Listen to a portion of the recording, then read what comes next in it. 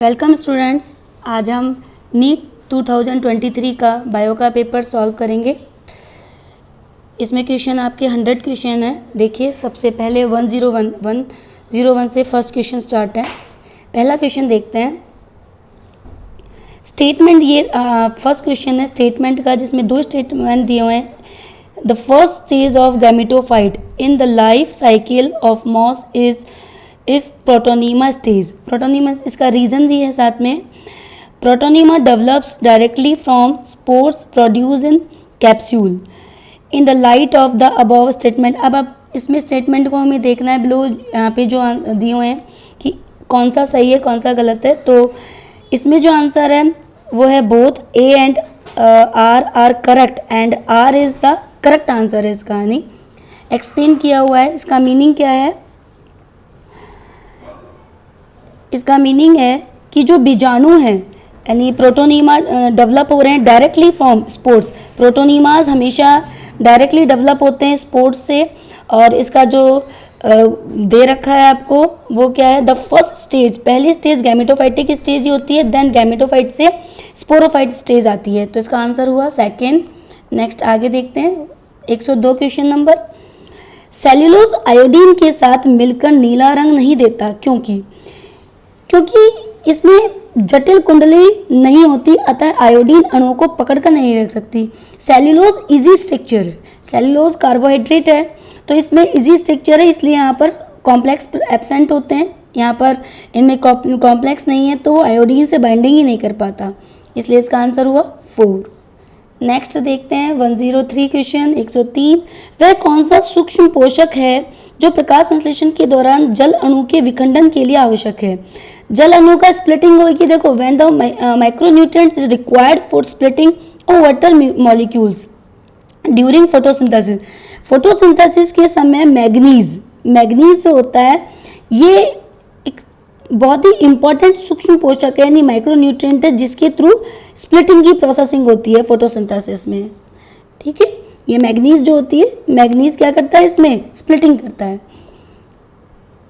Next है, splitting का meaning होता है तोड़ना, उसके ब्रेक डाउन, विखंडित कर देना। विखंडन में एक बहुत स्पेशल काम करता है। नेक्स्ट है 104 क्वेश्चन नंबर। व्यक्त अनुक्रम गुंडी क्या है? यानी कि सीक्वेंस टैक्स क्या है? रेफर्स पूछा गया है इसमें क्वेश्चन। तो इसमें वे सभी जीन जो आरएनए के रूप में अभिव्यक्त होते हैं। आरएनए के रूप में जो गुंडी नुमा स्ट्रक्चर इस तरीके से हम बनाते हैं, इस तरीके से ये वाले स्ट्रक्चर जो होते हैं इन्हें व्यक्त अनुक्रम कहते हैं। व्यक्त अनुक्रम जो एक्सप्रेस होते हैं। ये वाले जो स्ट्रक्चर है, ये वाले वो हमेशा एक्सप्रेस होते हैं, और कुछ बीच के जो स्ट्रक्चर होते हैं वो एक्सप्रेस नहीं होते, क्योंकि इन पे जेनेटिक कैरेक्टर्स एब्सेंट होते हैं, यानी मैसेज एब्सेंट होते हैं। जेनेटिक मैसेज एब्सेंट है तो व्यक्त नहीं होंगे, एक्सप्रेस नहीं होंगे। और जो गुंडी नुमा है, इनमें डीएनए से इनके पास किया जाता है मैसेज है। कौन से? जेनेटिक मैसेज, इसलिए ये व्यक्त होते हैं। अनुक्रम घुंडी है तो वे सभी जीन जो आरएनए के रूप में अभिव्यक्त होते हैं। इसका आंसर हुआ सेकेंड। 105 नंबर का क्वेश्चन 105। वायुमंडल में वायु के एक स्तंभ में ओजोन की मोटाई को कौन सी यूनिट है, किस में मापा जाता है? किसमें मापा जाता है? डॉप्सन यूनिट में। इसका आंसर है डॉप्सन यूनिट। 106 question number. नीचे दो कथन दिए हुए हैं। एक है निश्चयात्मक कथन ए, और दूसरा है उसका रीजन, कारण। तो निश्चयात्मक कथन देखते हैं। ग्लाइकोलाइसिस में एटीपी का उपयोग 2 चरणों में होता है। कारण दे रखा है। पहले एटीपी का उपयोग ग्लूकोज को ग्लूकोज 6 फॉस्फेट में परिवर्तन करने के लिए होता है, और दूसरे एटीपी का उपयोग फ्रक्टोज 6 फॉस्फेट को फ्रक्टोज 1,6 डाइफॉस्फेट में चेंज करने के लिए होता है। तो इसका आंसर है ए और आर, यानी कि इसके दो जो निश्चयात्मक कथन है वो भी इसमें सत्य है, राइट है। और जो इसका रीजन दे रखा है, कारण दे रखा है, तो वो भी सही है, यानी आर ए की सही व्याख्या है। ये बिल्कुल राइट है, क्योंकि 2 बार ही काम आता है। ग्लाइकोलाइसिस में एटीपी योग में 2 चरणों में काम आता है। कौन? ग्लाइकोलाइसिस में। तो पहला तो क्या है? ग्लूकोज को ग्लूकोज 6 फॉस्फेट में चेंज करने के लिए, फिर दूसरा फ्रक्टोज 6 फॉस्फेट को फ्रक्टोज 1,6 डाइफॉस्फेट में चेंज करने के लिए। तो इसका आंसर हुआ सेकंड। ठीक है, इसका आंसर क्या है? सेकंड। नेक्स्ट आगे देखते हैं 107 नंबर का क्वेश्चन, एथिडियम ब्रोमाइड द्वारा रंजित डीएनए को यूवी विकिरण में अनावृत करने पर कैसा दिखाई देता है? तो आप लोगों ने ये प्रैक्टिकल एनसीईआरटी में सीधे सीधे दे रखा है। कौन सा रंग होता है उसमें? चमकीला नारंगी रंग। हमेशा जब अपन इसमें इलेक्ट्रोफोरेसिस करते हैं, जब हम तो उसको रंजित करते हैं यानी स्टेन करते हैं डीएनए को, तो हमेशा चटकीला यानी ब्राइट ऑरेंज कलर नजर आता है, चमकीला नारंगी रंग। ठीक है, इसका आंसर हुआ आपका फर्स्ट। 108 क्वेश्चन नंबर देखते हैं। एविल क्वाड्रेट अनिष्ट चतुष्क जो होते हैं में से किसे जाति विलोपन का सबसे महत्वपूर्ण कारण माना जाता है? जाति विलोपन का सबसे महत्वपूर्ण कारण देखिए, ये आवासीय क्षति सबसे इंपॉर्टेंट कारण है, और देखिए और किसी में है भी नहीं। आवासीय क्षति और विखंडन, विखंडन जब जातियां टूट जाती हैं, जातियां विखंडित हो जाती है, एक तो हम उनकी आवासीय क्षति कर दें, ठीक है, उनकी आवासीय क्षति कर दें जो हम मानवीय रूप से कर रहे हैं, मानव इस काम को कर रहे हैं, और दूसरा विखंडन कर रहे हैं, तो उसका सेकंड आंसर हुआ। 109 नंबर का क्वेश्चन देखिए, निम्नलिखित में से अर्धसूत्री विभाजन की कौन सी प्रावस्था में गुणसूत्र बिंदु का विभाजन शामिल है? देखिए ये बहुत ही सिंपल क्वेश्चन है, बहुत ही इजी क्वेश्चन है। तो ये कौन सी स्टेज में होता है? एनाफेज में, एनाफेज सेकंड में यानी पश्चावस्था में। तो इसका आंसर हुआ 4। यहाँ पर क्या होता है? अर्धसूत्री विभाजन में गुणसूत्र बिंदु विभाजित हो जाते हैं, और विभाजित होकर वो अलग अलग क्रोमेटिड्स में चेंज हो जाते हैं, क्रोमोसोम्स बनते हैं जब। 110 नंबर का क्वेश्चन देखिए, गहरे जल वाले चावल में कौन सा हार्मोन पूर्व व्रंत में लंबन को बढ़ाता है? यानी इलोंगेशन कर रहा है, इलोंगेशन कर रहा है, ठीक है, इलोंगेशन कर रहा है डीप वाटर में, राइज में। तो वो हार्मोन बहुत ही सिंपली फॉर्म में दे रखा है, सिंपल फॉर्म में दे रखा है, एथिलीन। आपका ये जो पेपर है बच्चों, अधिकतर एनसीईआरटी से क्वेश्चन आए हुए हैं इसमें, तो इसका आंसर क्या हुआ? 4, एथिलीन। एथिलीन गहरे जल में चावल में जो इसके पेटियोल्स होते हैं, इंटरनोड्स होती हैं, उनको बढ़ाने का काम करता है ना।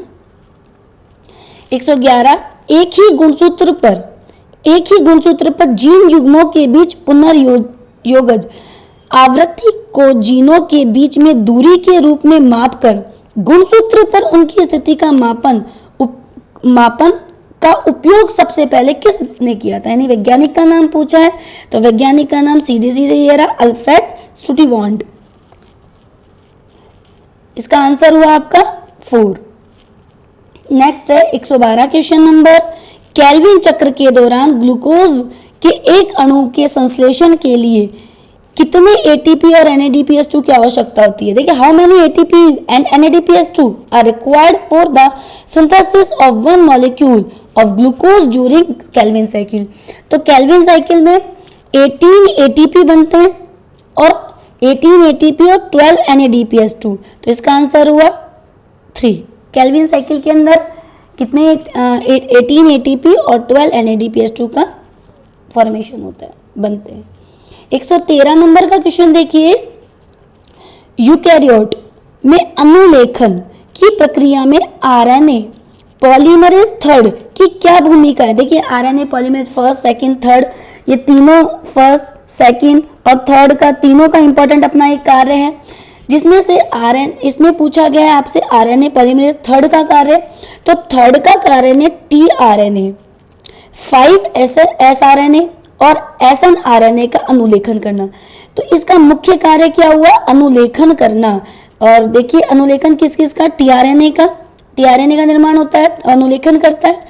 और नेक्स्ट है 5 sRNA और SNRNA, इन तीनों का क्या करना? अनुलेखन की प्रक्रिया करना। इन तीनों में सबसे मुख्य काम थर्ड का ही है, पॉलीमरेज का, आरएनए पॉलीमरेज थर्ड का कार्य। 114 नंबर क्वेश्चन, फैबेसी कुल सोलेनेसी और लिलिएसी, फैबेसी, सोलेनेसी और लिलिएसी से भिन्न है, ठीक है। पुंकेसर के संदर्भ में फैबेसी के उन लक्षणों को चुनिए जो सोलेनेसी या लिलिएसी में नहीं पाए जाते। यानी आपको वो लक्षण बताने हैं जो किस में नहीं पाए जाए, सोलेनेसी और लिलिएसी में नहीं पाए जाए, फैबेसी में हो। तो इसका आंसर है द्विसंगी और द्विकोष्ठी परागकोश। द्विसंगीय और द्विकोष्ठी परागकोश। ये द्विकोष्ठी परागकोश इस तरीके से प्रेजेंट होता है। ये किसका कैरेक्टर है? फैबेसी का। ठीक है, फैबेसी एक फैमिली है, इसका एक कैरेक्टर है। और द्विसंगीय होते हैं, द्विसंगीय यानी दो संघ होते हैं, दो संघों में जुड़े होते हैं। नेक्स्ट है 115, तो इसका आंसर हुआ आपका सेकेंड। 115 नंबर का क्वेश्चन देखिए, अर्धसूत्री विभाजन में पूर्वावस्था फर्स्ट की किस अवस्था में पुनर्योजन ग्रंथिकाएं दिखाई देती हैं? देखिए अर्धसूत्री विभाजन बहुत ही इंपॉर्टेंट है।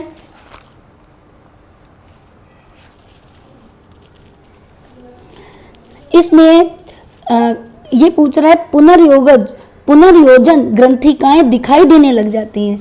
तो ये एक स्टेज होती है पेकाइटिन स्टेज, जिसे हिंदी में बोलते हैं स्थूल पट। तो इसका आंसर आ गया थर्ड, स्थूल पट या पेकाइटिन स्टेज। कौन सी स्टेज है?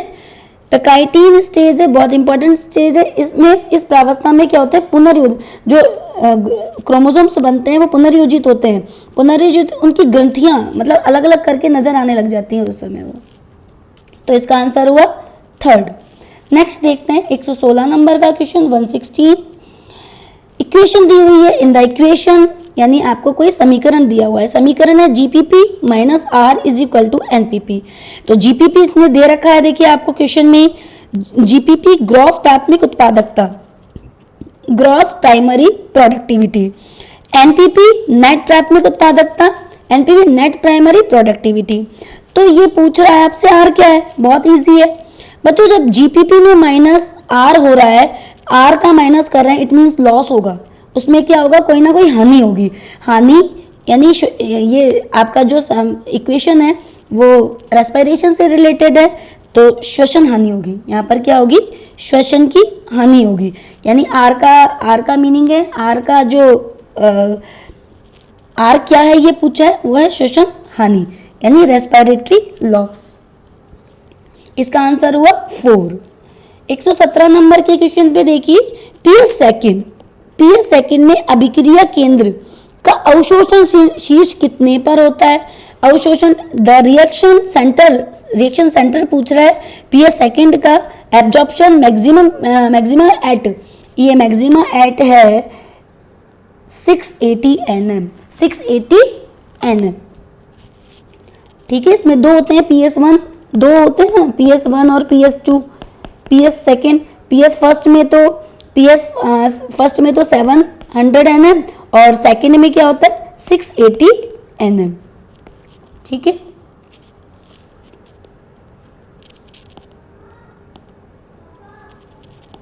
नेक्स्ट देखिए 118 नंबर 118 क्वेश्चन को देखते हैं। डीएनए आनुवांशिक पदार्थ है, इसका विश्वसनीय नाम प्रस्ताव किसने किया था, यानी प्रमाण किसने दिया था? वो दिया था आपके अल्फ्रेड हर्शे और मर्था चेज ने। यानी हर्शे और चेज का एक प्रैक्टिकल भी है आपके 12th क्लास में।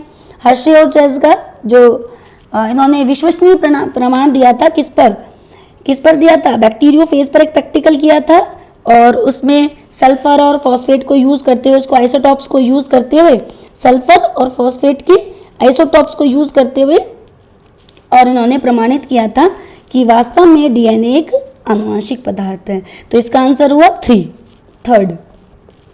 119 नंबर के क्वेश्चन को देखते हैं। किस पादप हार्मोन को तरुण शंकुधारी पादप पर छिड़कने से उनकी परिपक्वता शीघ्र आ जाती है, जिस कारण से जल्दी बीज उत्पादन करते हैं? यानी जुवेनाइल कॉन्फ्रेंस को help in Hastings of the, मतलब इसमें आपको पीरियड, वो हार्मोन का नाम बताना है।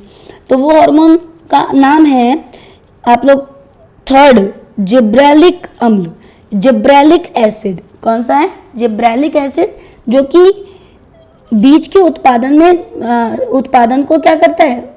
तेजी से बीज उत्पादन को प्रेरित करता है। तो इसका आंसर हुआ थर्ड। 120 नंबर के क्वेश्चन भी देखें। कॉर्न कॉब में फफूंद टेसल का क्या कार्य है? कॉर्न कॉब में टेसल्स लग जाते हैं, यानी कि जो फफूंदें लग जाती हैं, उसका क्या पूछा है इसने? कार्य। फुदने जो होता है उसका कार्य क्या है? फंक्शन ऑफ टेसल्स इन कॉर्नकॉब। कॉर्नकॉब में काम क्या है? इसका आंसर है पराग कणों को पकड़ना। पराग कणों को जो फंदे होते हैं कॉर्नकॉब में जो फीमेल पार्ट में, वो पराग कणों को पकड़ने का काम करती हैं। बाहर लटकी होती हैं, रेशे के जैसे, धागे के जैसे होती हैं, और ये क्या करती है? पराग कणों को पकड़ने का काम करती हैं। ठीक है,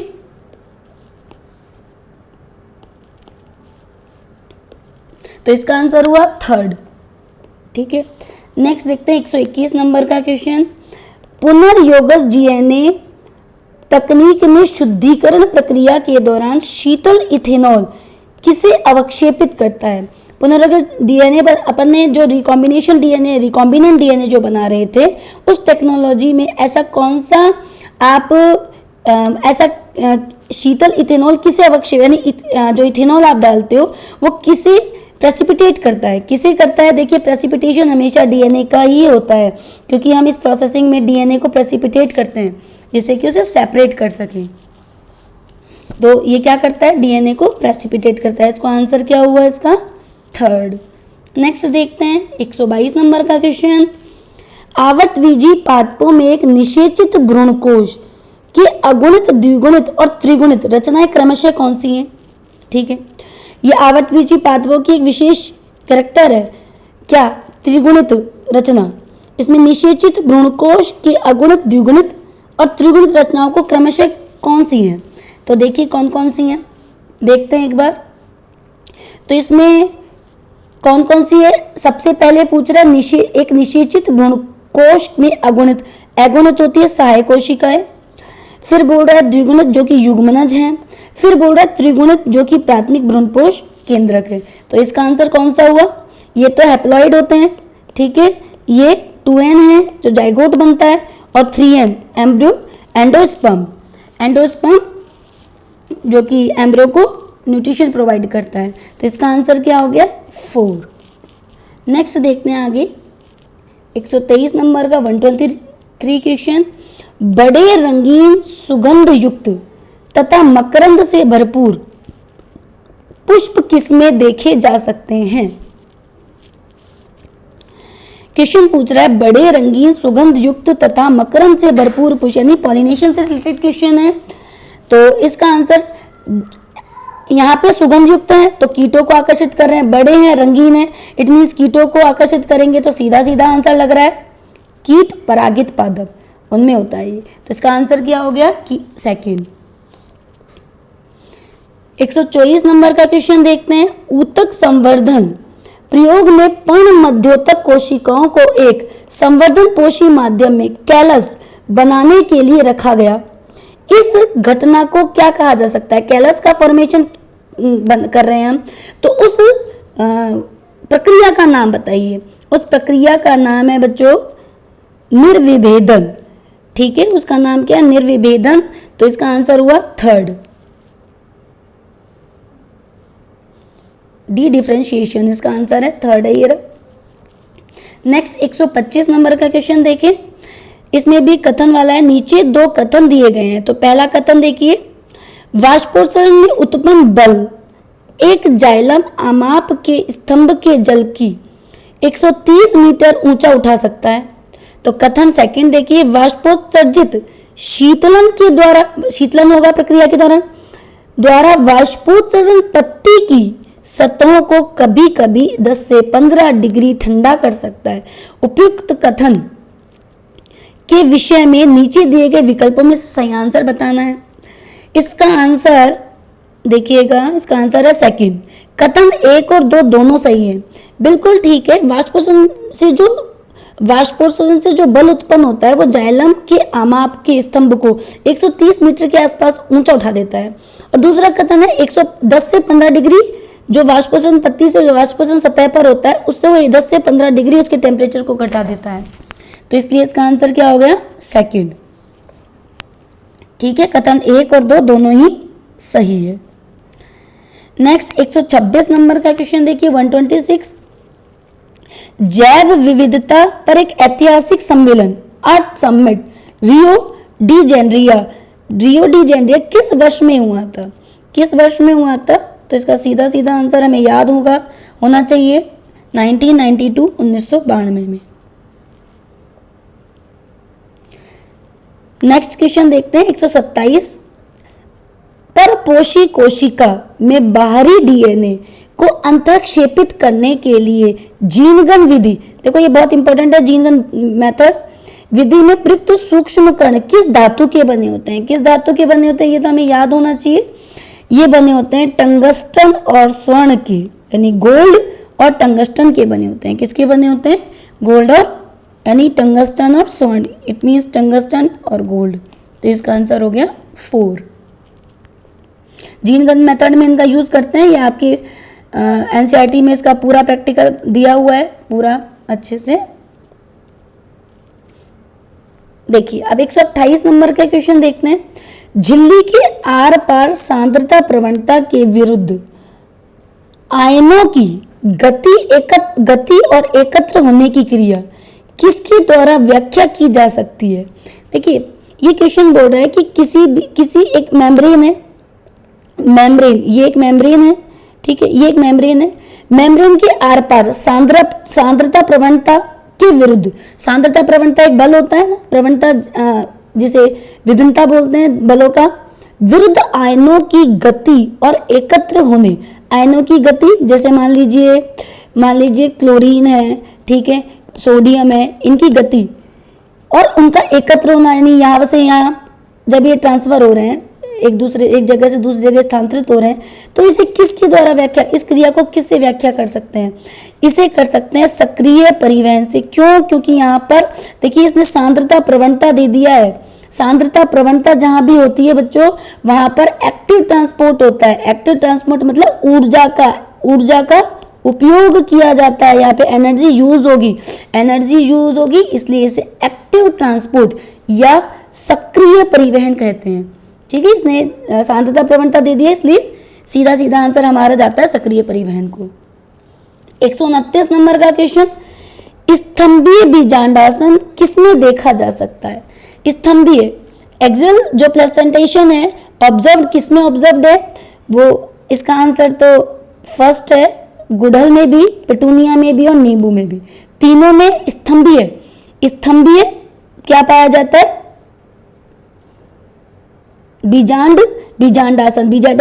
बीजांडासन कहते किसे? अरेंजमेंट ऑफ ओव्यूल उसे कहते हैं। तो ये इसका आंसर है फर्स्ट, गुड़हल, पेटूनिया और नींबू। ठीक है, 130 नंबर का क्वेश्चन, आइडेंटिफाई करना है, फिर करेक्ट आपको स्टेटमेंट को, सही कथनों की पहचान करनी है। पहला देखते हैं हम फर्स्ट, अपरदाहारी कणों को खंडित करते हैं। ठीक है, कुछ सूक्ष्म जीवाणुओं द्वारा हार्मोस और अधिक अपघटित होती है, जिसे खनिजीकरण कहा जाता है। ठीक है, ये भी सही है। जल घुलनशील अकार्बनिक पोषक मृदा में नीचे चले जाते हैं और अवक्षेपित हो जाते हैं, जिसे निक्षालन कहते हैं। ठीक है, अब डी, अपरद खाद्य श्रृंखला जीवित जीवों से आरंभ होती है। नहीं, बिल्कुल नहीं। केंचुआ अपरद को खंडित कर छोटे छोटे कणों में बदल देता है, जिसे अपचयन कहते हैं। जी नहीं। तो इसका आंसर क्या हुआ? ए, बी, सी तीनों राइट है इसमें। तो इसका आंसर कौन सा हुआ? सेकंड। नेक्स्ट 131 क्वेश्चन नंबर को देखते हैं, 131। ये क्वेश्चन बोल रहा है कि यूकेरियोटिक में डीएनए का प्रतिकृतियन कब होता है? देखिए बहुत इंपॉर्टेंट क्वेश्चन है।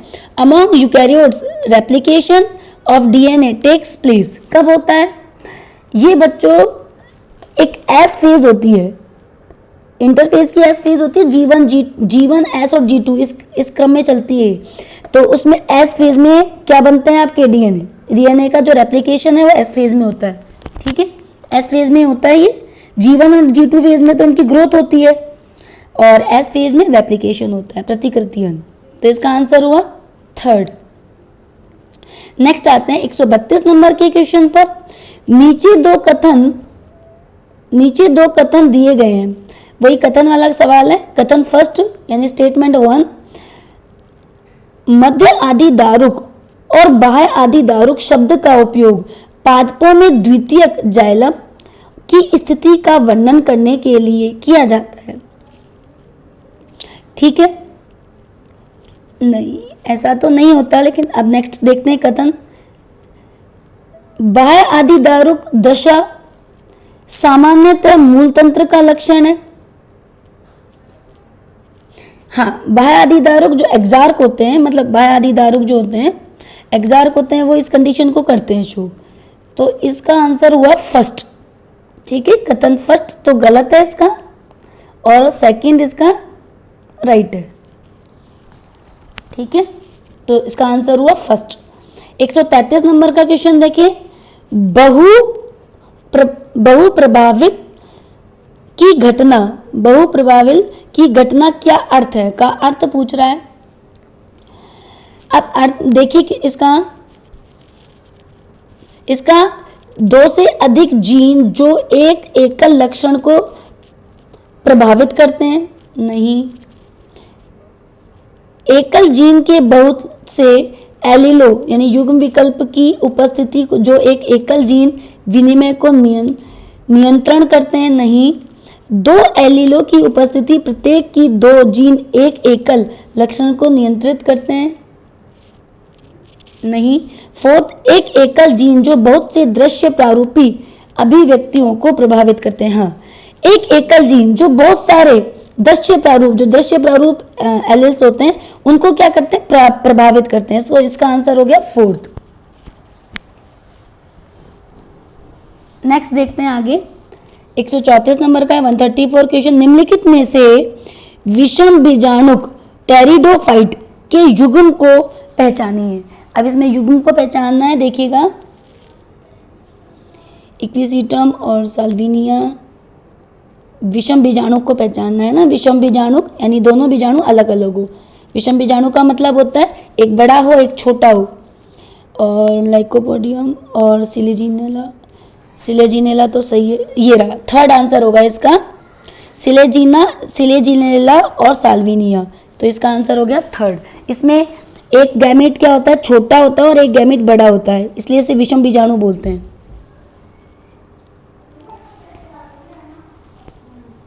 ठीक है, नेक्स्ट 135 क्वेश्चन। नीचे दो कथन दिए गए, एक निश्चयात्मक कथन है ए और दूसरा उसका कारण है। तो निश्चयात्मक कथन देखिएगा। ए, पश्च दारू में सक्रिय वाहिकाओं वाले थोड़े जाइलम तत्व होते हैं। ठीक है, नेक्स्ट क्वेश्चन, नेक्स्ट देखते हैं कारण। सर्दियों में कैम्बियम कम क्रियाशील होता है। उपयुक्त कथनों में से आपको इसमें करेक्ट का चुनाव करना है। तो इसमें जो निश्चयात्मक कथन ए, पश्च दारू, वो सक्रिय वाहिनिकाओं वाले थोड़े जाइलम तत्व होते हैं। ठीक है, ये राइट है, और इसका ये आर रीजन भी राइट है। तो इसका आंसर हुआ आपका सेकंड। इसका आंसर क्या हुआ, सेकंड। ए और आर दोनों सत्य हैं, आर ए की सही व्याख्या कर रहा है। नेक्स्ट देखते हैं 136। सही कथनों को पहचानना है। वातरंध्र लेंस के आकार के छिद्र होते हैं जो गैसों का आदान प्रदान करते हैं। ठीक है, वातरंध्र गैसों के मतलब लेंस के आकार के ही होते हैं। ठीक है, पहला सही है, करेक्ट आंसर देखना है। मौसम के प्रारंभ में बनी छाल को कठोर छाल कहते हैं। प्रारंभ में नहीं, प्रारंभ में कठोर नहीं होती। छाल एक तकनीकी शब्द है जो संवहनी कैम्बियम से बाहर के सभी ऊतकों के संदर्भ में प्रयुक्त होती है। जी नहीं। तो इस थर्ड डी नंबर का, छाल परिचर्म और द्वितीयक फ्लोएम के संदर्भ में प्रयुक्त करते हैं। ठीक है, बिल्कुल है। कागजन मोटाई में एक नहीं, कागजन एक परत के नहीं होते हैं। तो इसका आंसर हो गया ए और डी। तो आंसर नंबर 3, ए और डी। ठीक है, आगे चलते हैं। चूज किया। नेक्स्ट, सूची 1 को सूची 2 के साथ सुमेलित करना है, यानी आपको मैच करना है match list first with list second. अब देखिए, तो सबसे पहले यहाँ पर लिस्ट 1 में दे रखा है एमफेज। एमफेज जो है, एमफेज होती है संश्लेषण अक्रिय अप्रावस्था समसूत्री। तो एमफेज होगी आपकी समविभाजन। एमफेज में विभाजन किया जाता है, समविभाजन। फिर सेकंड है G2 फेज। G2 फेज में प्रोटीनों का संश्लेषण राइट है। फिर शांत अवस्था अक्रिय अवस्था को बोलते हैं। शांत अवस्था किसे बोलते हैं? अक्रिय अवस्था को। और जीवन अवस्था थर्ड। ठीक है, तो इसका आंसर हो गया आपका कौन सा हुआ? फोर्थ। इसका आंसर हो गया आपका फोर्थ। नेक्स्ट, नीचे दो कथन दिए गए हैं, एक निश्चयात्मक कथन है और दूसरा आर कारण है उसका। आवर्तबीजी पादपों में परागकण सूक्ष्म बीजाणुधानी से मुक्त होते हैं और वायु धारा द्वारा ले जाए जाते हैं। ठीक है, सही है ये वाली बात। कारण देखते हैं इसका। वायु धारा पराग कणों को स्त्री धानी के मुख पर ले जाते हैं जहां पर नरयुग्मक छोड़ दिए जाते हैं और पराग नली का निर्माण नहीं होता। ये रॉन्ग है, पराग नलिका का निर्माण होता है। तो इसका आंसर कौन सा हुआ? पहला सही, ए सही है। इसका आंसर हुआ ए सत्य है परंतु आर गलत है। तो फोर्थ इसका आंसर हुआ। 139 क्वेश्चन नंबर 139। सूची 1 को सूची सेकंड से आपको सम्मिलित करना है, match list 1 with list second. हाँ, अब देखिए इसमें एक में आपको आयंस दे रखे हैं और इधर इनकी सूची दे रखी है। तो सबसे पहले लोह यानी आयरन का क्या काम है? आयरन का काम होता है कोशिका का लंबन नहीं, कैटालिसिस का सक्रिय कारक नाइट्रेट। हाँ, इसका लोह का काम होगा थर्ड, कैटालिसिस को सक्रिय कारक के रूप में कार्य करता है। जिंक जो होता है वो ऑक्सीजन का संश्लेषण करवाता है। ठीक है।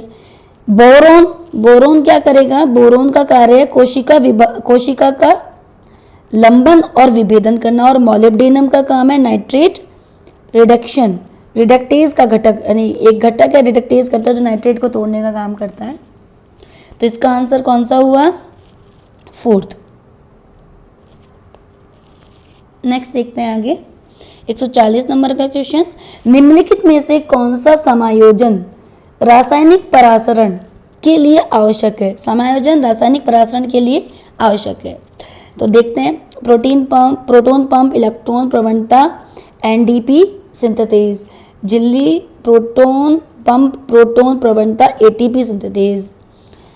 झिल्ली, प्रोटोन पंप, प्रोटोन प्रवणता, एनडीपी नहीं होता, ये नहीं होता। प्रोटोन पंप, इलेक्ट्रॉन नहीं, ये नहीं होता। तो इसका आंसर हो गया थर्ड। एक मिनट, तो इसका आंसर हो गया सेकंड। इसका आंसर कौन सा है? सेकंड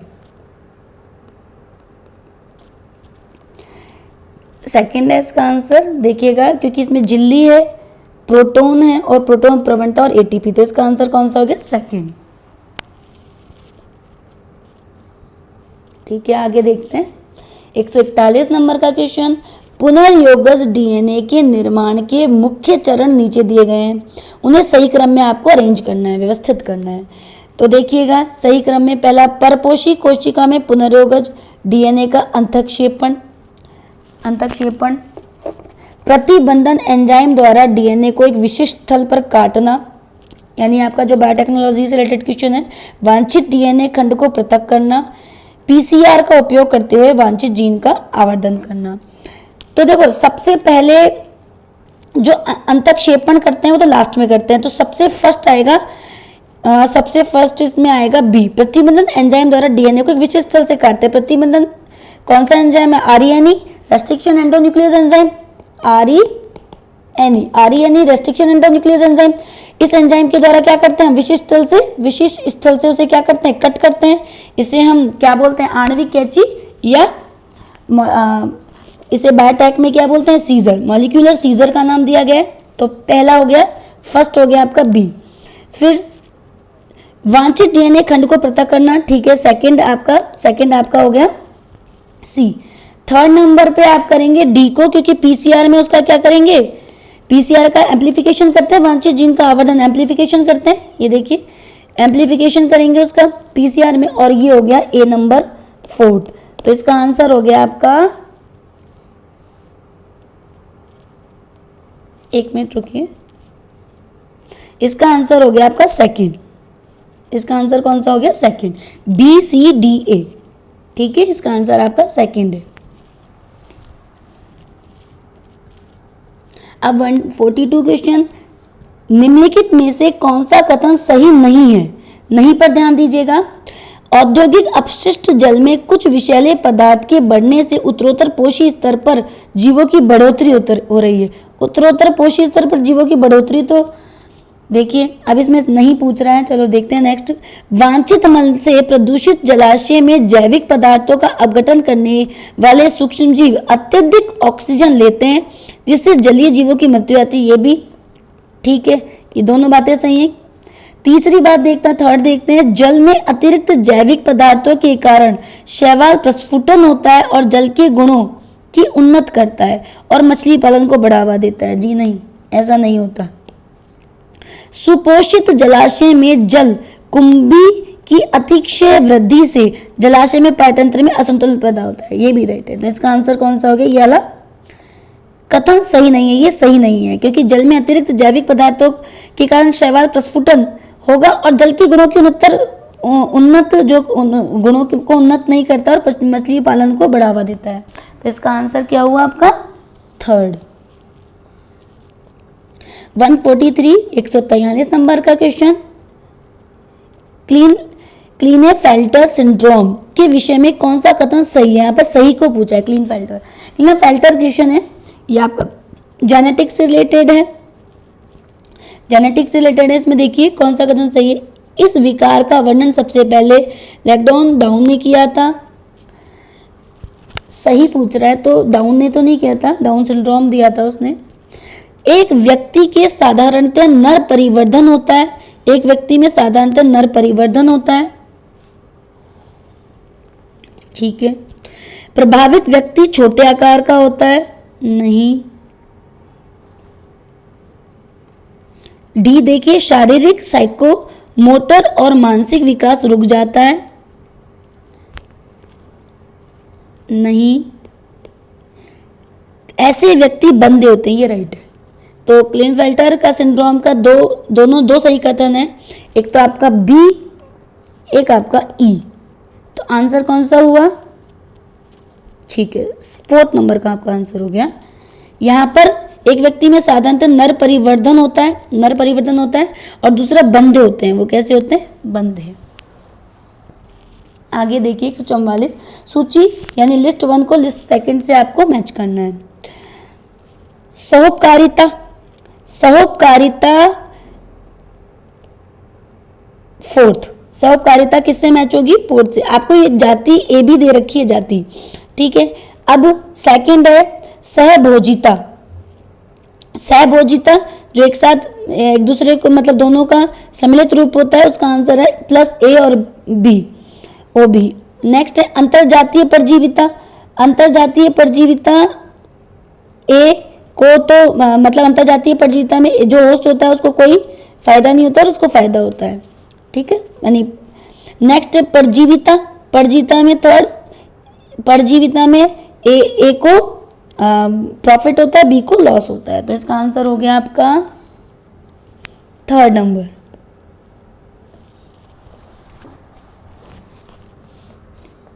वन 145 नंबर का देखिए, नीचे 2 कथन दिएगा, निश्चयात्मक कथन ए और उसका रीजन है। पहला निश्चयात्मक कथन देखते हैं। ए, एक पुष्प को रूपांतरित तने के रूप में परिभाषित किया जाता है जिसमें प्ररोह मेरिस्टेम को कार्य परिवर्तन पुष्पीय मेरिस्टेम में हो जाता है। पूरी मतलब कि ये जो निश्चयात्मक कथन है ए, इट इज अ राइट, ये राइट है। सेकंड, इसका कारण देखते हैं। प्ररोह के पर्व संगनित होकर उत्तरोत्तर पर्वों पर पत्तियों के बजाय विभिन्न पुष्पीय उपांग उत्पन्न करते हैं। बिल्कुल, पुष्पीय उपांग का उत्पन्न होता है, तो ये भी राइट है आपका। तो इसका आंसर हुआ आपका सेकंड। ए और आर दोनों सत्य, आर ए की सही व्याख्या कर रहा है। नेक्स्ट देखते हैं 146 क्वेश्चन।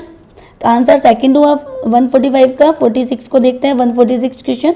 राइबोसोम में कितने भिन्न भिन्न प्रोटीन होते हैं? ये तो हमें अच्छे से पता है, 80। तो सेकंड आंसर हो गया इसका। 147, सूची 1 को सूची मतलब फर्स्ट को सेकंड से आपको मिलाना है। इसमें आपको लिस्ट 1 में दे रखा है ससंजन बल, यानी बलों के ऊपर दे रखा है, उनका कार्य देखिए। ससंजन जो बल है, ससंजन बल हमेशा जल के अणुओं के बीच में परस्पर आकर्षण करते हैं, जब भी तो ऊपर ये गति करेंगे जल इस तरीके से। दूसरा है आसंजन, सेकंड है आसंजन। आसंजन जो बल होता है वो हमेशा ध्रुवीय सतहों की ओर होता है, हमेशा ऊपर और नीचे, यानी ऊपरी सतह और नीचे सतह, इस तरीके से कार्य करता है। फिर थर्ड है पृष्ठ तनाव। पृष्ठ तनाव द्रव अवस्था में अपेक्षाकृत अधिक आकर्षण करता है, यानी ये द्रव अवस्था में, गैसीय अवस्था में कम होता है, सबसे अधिक द्रव अवस्था में होता है। फिर है बिंदु स्त्राव। बिंदु स्त्राव थर्ड, द्रव अवस्था में जल की हानि। द्रव अवस्था में जल की हानि बिंदु स्त्राव, जो सुबह सुबह देखने को मिलता है पत्तियों पर। तो इसका आंसर हुआ आपका सेकंड। ठीक है, आगे देखिए 148। सूची 1 को सूची 2 से आपको सम्मिलित करना है। इसमें देखिए कुछ आपको प्रोसेसिंग्स दे रखी है ऑक्सीडेटिव फास्फोरिलेशन, जैसे ऑक्सीडेटिव डीकार्बोक्सिलेशन। ऑक्सीडेटिव डीकार्बोक्सिलेशन हमेशा पायरुवेट डी हाइड्रोजिनेज प्रोसेसिंग, मतलब इसमें जो ये आपको दे रखे हैं उत्प्रेरक, ठीक है, कैटलिस्ट दे रखे हैं, एंजाइम्स दे रखे हैं, एंजाइम्स उनके नाम दे रखे हैं, किस प्रक्रिया में कौन सा एंजाइम काम कार्यरत होता है। तो ऑक्सीडेटिव डीकार्बोक्सिलेशन में कौन सा आता है, पायरुवेट डीकार्बोक्सिजनेज। सेकंड है इसमें आपका ग्लाइकोलाइसिस। ग्लाइकोलाइसिस में आपका ग्लाइकोलाइसिस में एएमपी परिपथ होता है, ग्लाइकोलाइसिस को एएमपी परिपथ बोलते हैं, ठीक है, ये राइट है। Second number. Third number C पे ऑक्सीडेटिव फास्फोरिलेशन। ऑक्सीडेटिव फास्फोरिलेशन में इलेक्ट्रॉन कहाँ, बिल्कुल इसे आईटी पाथवे तंत्र सिस्टम बोलते हैं। इलेक्ट्रॉन इसे क्या बोलते हैं, ईटी सिस्टम। ईटी सिस्टम है इलेक्ट्रॉन परिवहन तंत्र, इसमें फास्फोराइलेशन में, ऑक्सीडेटिव फास्फोरिलेशन में। डी को देखिए ट्राइकार्बोक्सिलिक अम्ल चक्र। ट्राइकार्बोक्सिलिक अम्ल चक्र सिट्रेट सिंथेसेज, सिट्रेट सिंथेसेज बनता है जो, ठीक है। तो इसका आंसर हुआ आपका फर्स्ट। इसका आंसर कौन सा हुआ, फर्स्ट। 149 क्वेश्चन देखिए। मेलोनेट। मेलोनेट किसकी सक्रियता को रोककर रोगकारक जीवाणुओं की वृद्धि को रोकता है, रोगकारक जीवाणुओं की वृद्धि को रोकता है। तो ये हमेशा ध्यान रखिए, सक्सिनिक डिहाइड्रोजिनेज की वृद्धि को रोकता है, जिससे कि जीवाणुओं की वृद्धि रुक सके। 150 क्वेश्चन। नीचे दो कथन दिए हुए हैं। गासे के स्पर्धी अपवर्जन नियम के अनुसार एक ही स्रोत के लिए स्पर्धा करने वाले, यानी घास के दो निकटस्थ संबंधी जातियों के अनंत काल तक साथ साथ नहीं रह सकती और स्पर्धी रूप से घटिया जाति अंततः विलुप्त हो जाती है। घटिया जाति का मतलब जिसे नेचर सेलेक्ट नहीं करती, उसे घटिया जाति बोलते हैं। तो स्टेटमेंट इसका आपका सही है, ठीक है, इसको सही मानते हैं। नेक्स्ट आते हैं स्टेटमेंट सेकंड, यानी कथन सेकंड। साधारणतः शाकाहारियों की बजाय मांसाहारी स्पर्धा द्वारा अपेक्षाकृत अधिक प्रभावित होते हैं। जी नहीं, सभी स्पर्धा में तो सभी प्रभावित होंगे। तो स्टेटमेंट जो सेकंड है, यानी आपका कथन सेकंड है, वो गलत है। ये फर्स्ट स्टेटमेंट सही है, सेकंड गलत है। तो आंसर हुआ आपका 4 नंबर का। कथन एक सही है, परंतु कथन सेकंड असत्य है, क्योंकि इसमें स्पर्धा में सभी जीव समान रूप से प्रभावित होते हैं, चाहे वो मांसाहारी हो, चाहे सर्वाहारी हो, चाहे वो शाकाहारी हो, ठीक है।